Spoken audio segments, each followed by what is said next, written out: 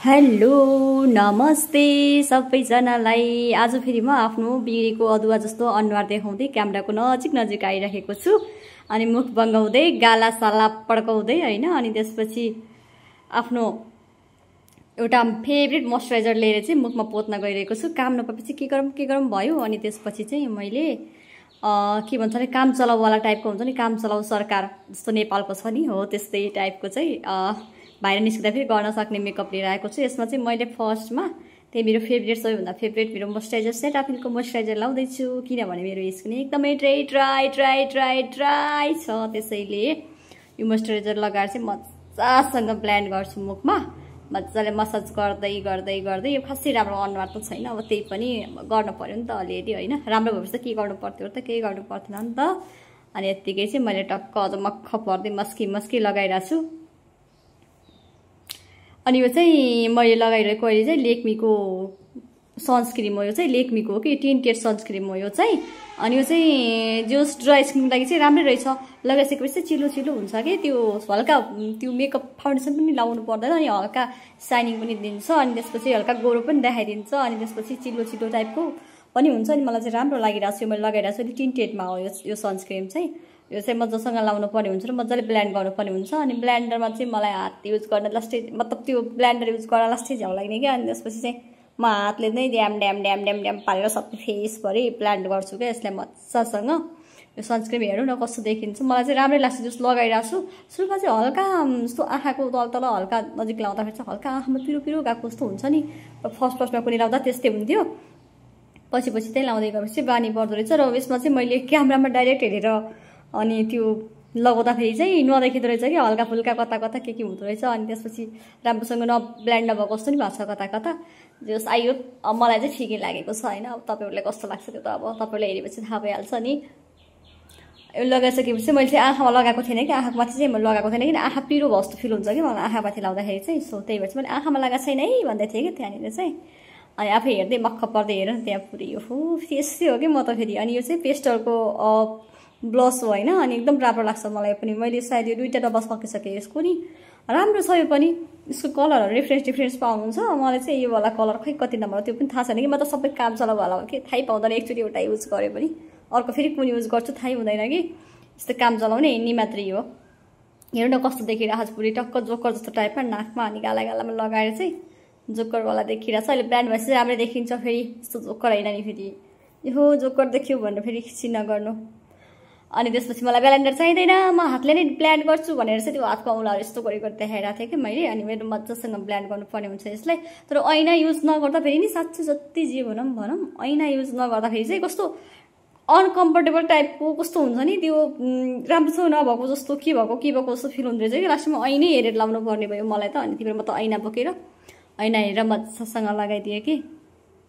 हेर्नु न कस्तो राम्रो देखिरहेछ। मतलब यस्तो साइनिङ हाइलाइटर मैले युज गरेको छैन, हेर्न सक्नुहुन्छ तपाईँले। हाइलाइटर मैले युज गरेको छैन, कति भेग मसँग पाउडर हाइलाइटर मात्रै छ। सो यो लगाइसकेपछि चाहिँ यसमै साइनिङ दिन्छ क्या, यो प्लसमै साइनिङ दिन्छ। सो त्यही भएर मलाई खासै हाइलाइटर चाहिँ लगाउँदैन। अनि यसमा चाहिँ के भइरहेछ भनेपछि यो मेरो चाहिँ रियल क्यामेरा होइन। अनि त्यही भएर चाहिँ मेरो मोबाइलबाट पनि रियल क्यामेराबाट बनाएको कि कुनै इफेक्ट फिल्टर कुनै पनि छैन कि। अनि यो चाहिँ लिप लाइनर हो मेरो। यसको सेड चाहिँ हल्का डार्क नै छ, खै किन हो त्यो मेरो लिपस्टिक पहिल्यै ओठमा भएर होला रातो देखिरहेछ। अनि यो चाहिँ लिप लाइनर लगाएर चाहिँ मेरो चाहिँ पानको पातवाला सेप बनाउँदै गएर। अनि आजभोलि चाहिँ हल्का यस्तो खालको ट्रेन्ड चलिरहेको नि त, पानको पातवाला सेप भन्दा पनि यस्तो माथिसम्म लगाउनेवाला क्या। मैले त्यस्तै हेरी चाहिँ अनि त्यस्तै गर्नु पर्यो आज भनेर त्यस्तै गराएको क्या, अर्काको हेरेर नक्कल गरेर। यो चाहिँ कलर सेन्सको चाहिँ यो 22 सेडको यो चाहिँ लिपस्टिक हो, पनि राम्रो छ। अनि यसमा चाहिँ मलाई के लाग्छ भनेपछि हल्का त्यो मतलब त्यो बाहिरबाट डार्कवाला लगाउने अनि त्यसपछि यो लगाउँदाखेरि चाहिँ कस्तो राम्रो जस्तो लाग्छ कि, मतलब राम्रो नेचुरल टाइपको देखियो जस्तो लाग्छ। अनि यो लगाइसकेपछि चाहिँ राम्रो लाग्छ, तर एकदमै कि ड्राई भएको टाइपको हुन्छ नि त्यस्तो लाग्छ कि। त्यही भएर चाहिँ यसमा चाहिँ मैले हल्का लिप ग्लोस बाहिरबाट नलगायो भने चाहिँ चिप लागेको जस्तो फिल लाग्छ कि, चपक चप्केको हुन्छ नि हो त्यस्तो लाग्छ। त्यही भएर चाहिँ यो चाहिँ रोमान्टिक म्याट हो कि के भन्ने चाहिँ थियो क्या, सस्तो मस्तोवाला कामचलवाला। तर सकिसकेको थियो हेर्नु, त्यही भएर चाहिँ 2-3 फेर निकाल्नु परेछ। अनि यसमा चाहिँ पुरै लिपस्टिकको कलर सरेर पुरै त्यो कलरै चेन्ज भयो कि यसको चाहिँ ओइल टाइपको, मतलब नर्मल त्यो पानी कलरकै हुन्छ फर्स्टमा चाहिँ। बस सबै यो कलर सबै सरेको कि लिपस्टिकको। अनि यो लगाइसकेपछि चाहिँ हल्का उठमा साइनिङ आएको जस्तो। अनि त्यसपछि चिप पनि नगर्ने होइन, चिपिक चप्केको हुन्छ नि त अर्को बेला त्यतिकै त्यो लिपस्टिकमा लगाउँदाखेरि त्यस्तो पनि हुँदैन। अनि मजा लाग्छ क्या मलाई चाहिँ साइनिङ पनि देखिन्छ लुक्स पनि दामी देखिन्छ क्या यसले फेरि यो चाहिँ हो भोलुमको मस्कारा यो मस्कारा पनि राम्रो छ मैले फर्स्टमा कति महँगो हालेर किनेको त्यसपछि चाहिँ आजभोलि त सस्तो सस्तो भएको रहेछ सायद म ठगेको यो चाहिँ एकचोटि लगाइसकेपछि एकछिन सुकेपछि फेरि नेक्स्ट टाइम लगा भने चाहिँ यसको चाहिँ भोलुम बल्ल राम्रो देखिन्छ मलाई चाहिँ हतार हतार परेको थियो बाहिर निस्किन त्यही भएर मैले एकचोटि मात्रै लगाएको छु तर ठिकै ठिकै देखिन्छ मलाई ऐना नभइकन चाहिँ भद्दै भएन कि लगाउनलाई चाहिँ अनि लाइटले गर्दाखेरि पनि मेरो ब्लाउज पनि हल्का एक साइडको अलिक डार्क एक साइडको त्यस्तो हल्का जस्तो माने तर नेचुरल हेर्दाखेरि चाहिँ बाहिर चाहिँ एकदम बराबर देखेको थियो कि अनि चाहिँ मैले चाहिँ काम चलाउ जुगाड लाउने त हो जस्तो भने जुगाडै लाउने हो मस्कारा लाएर भइसकेपछि मैले त्यही जुन पेस्टलको ब्लस थियो नि त्यही ब्लस मैले आँखामा लगाएर आइसेटोको काम चलाउँदैछु यसमा चाहिँ पुरै यिनी हाउ काम चलाऊ भन्ने हुन्छ नि अब त्यो टाइपको कि काम चलाऊ होला यतिको गरेपछि बाहिर निस्किँदाखेरि राम्रो देखिन्छ मलाई भन्नुभएको थियो सबैजना मेकअप गरेर आएको भन्नुहुन्थ्यो मैले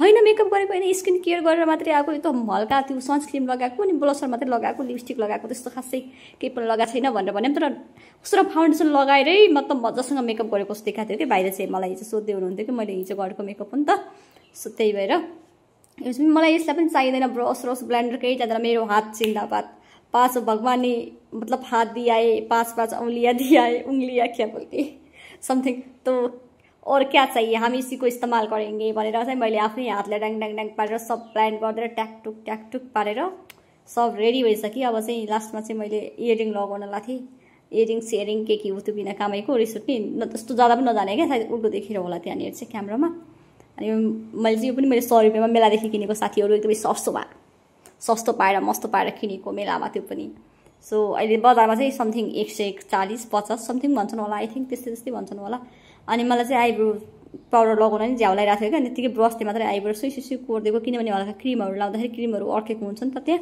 अन्त चिपिक्क देखिन्छ अनि त्योभन्दा चाहिँ बरु हल्का कोरिदियो भने चाहिँ राम्रो हुन्छ भनेर मैले चाहिँ जुगाड लगाएर चाहिँ सुई कोरिदिएँ मात्रै अनि मैले कपाल चाहिँ के गरौँ भएको थियो मेरो चाहिँ हिजो कपाल धुने जस्तो भएको थियो तर मैले हिजो धोइनँ टाइम नभएर सो कपाल चाहिँ लास्टै झरेको थियो कि पहिला अनि त्यसपछि पलाएर चाहिँ हल्का ठाडो भएको क्या सबै यस्तो बाँध्दाखेरि चाहिँ ठाडो देखेकोमा चाहिँ खै के हो यो गुल स्टिक भन्थ्यौँ हामीले पहिला चाहिँ फोटो टप सोध्यौँ होइन यसले फर्म भर्दाखेरि स्कुलमा चाहिँ फोटो टप सोध्यौँ आजभोलि त कपाल चप्लो रहेछ नि यस्तो नि अब काम त एउटै हो क्या भित्रको मतलब सेन्ट पनि उस्तै लाग्छ तर बाहिरबाट नाम मात्रै फरक छ म त त्यो गुल स्टिक कपाल चप्लोनीवाला गुल स्टिक भनिदिन्छु यसलाई चाहिँ के भन्छ गुल स्टिक भन्छ कि के भन्छ त्यो पनि थाहा छैन प्रनाउन्स यदि त्यो गलत भयो भने माफ गरिदिनु होला सो मैले चाहिँ यसरी सबै उडेको कपालभरि चप्टाइदिन्छु मजासँग त्यसपछि दिउँसभरि जति हावा लाग्छ त्यति हुरी लाउँछ मेरो कपाललाई हल्लो नसक्ने हिम्मत कसैको हुँदैन किनभने मैले ग्लो स्टिकले मेरो कपाल चप्टाइसकेको छु गाइस त्यसपछि मसँग भएको यो काइनो थियो एउटा कपाल आइरन साइरन गर्दाखेरि कहिले तान्दाखेरि चाहिन्थ्यो नि त अनि यो वाला काइनोले चाहिँ मैले पहिलो कपाल बाँधेर पछिबाट कोरिरहेको छु त्यो चपक्क पार्नलाई कि